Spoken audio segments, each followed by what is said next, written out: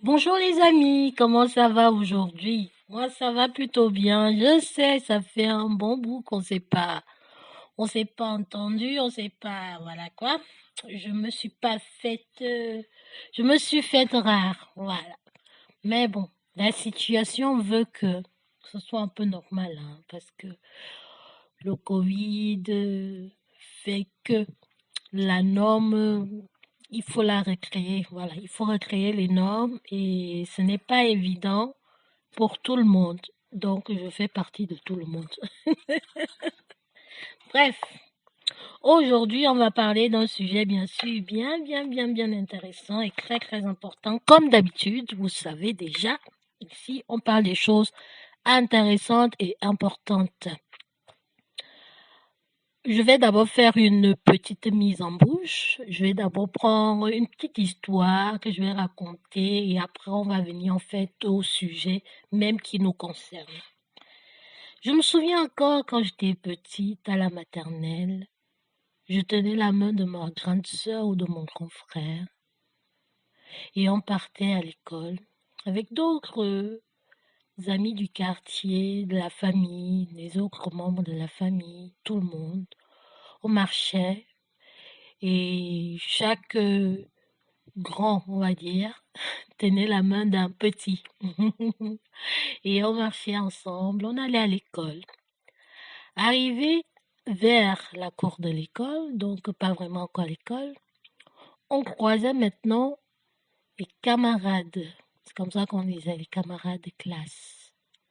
Et parmi ces camarades de classe, il y avait toujours votre ami, votre meilleur ami, fille ou garçon. Donc, on laissait la main vite fait de la grande sœur. On courait vers notre ami, notre meilleur ami, fille comme garçon. Et on se donnait la main.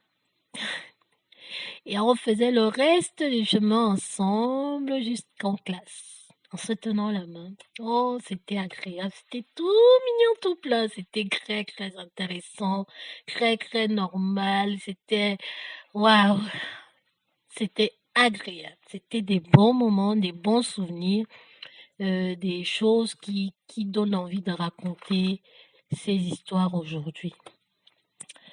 Et je me souviens aussi quand même jusqu'à ceux qui allaient au collège, au lycée,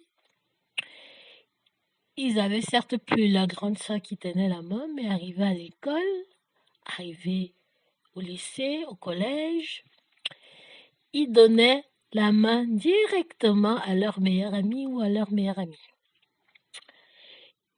Et c'était tout à fait normal, c'était la norme, c'était ce qu'il fallait faire.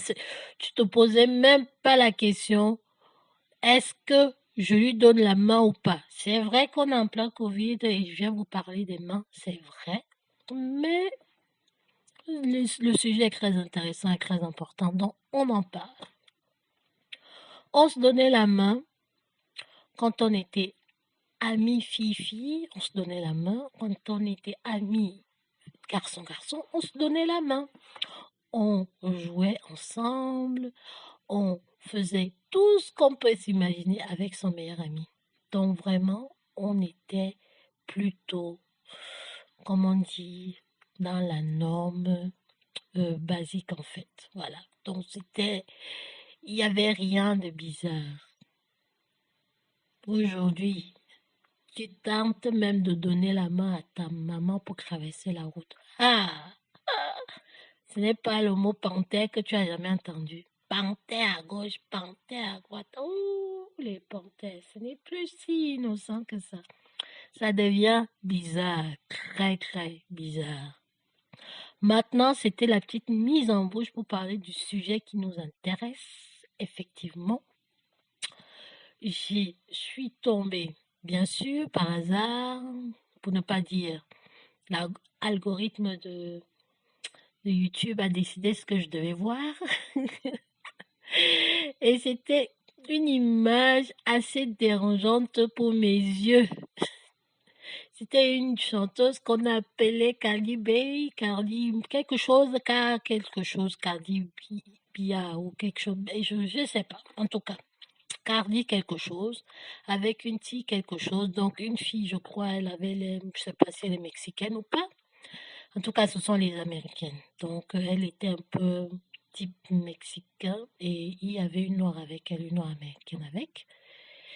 Et franchement, il y avait plusieurs photos qui ont défilé. J'ai appris dans dans cette petite vidéo-là qu'en fait, il s'agissait d'un clip qui vient de sortir. Je veux pas faire absolument la pub, mais bon, qu'est-ce que tu veux? On est tous manipulés et manipulables.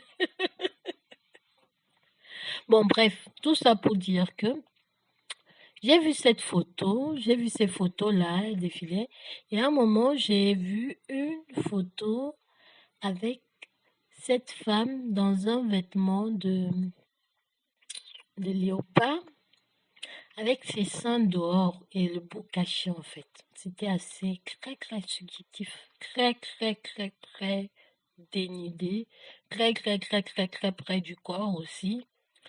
Et c'était pas le plus choquant. Moi, ce qui m'a choqué maintenant, si je peux dire, c'est en fait de me rendre compte à quel point on a réussi à diaboliser, je dis bien diaboliser, euh,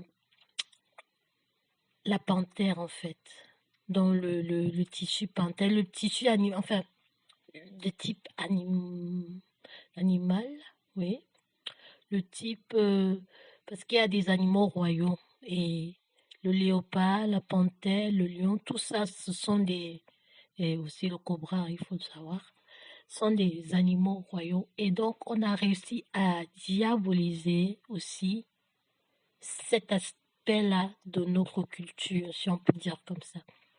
Parce qu'il faut savoir qu'aujourd'hui encore, il y a des confréries africaines léopards. Aujourd'hui encore. Donc, quand on voit ces images plutôt subjectives, plutôt dénudées, plutôt déformées, on a tendance aussi inconsciemment, dans son subconscient, à associer cela avec nous en fait.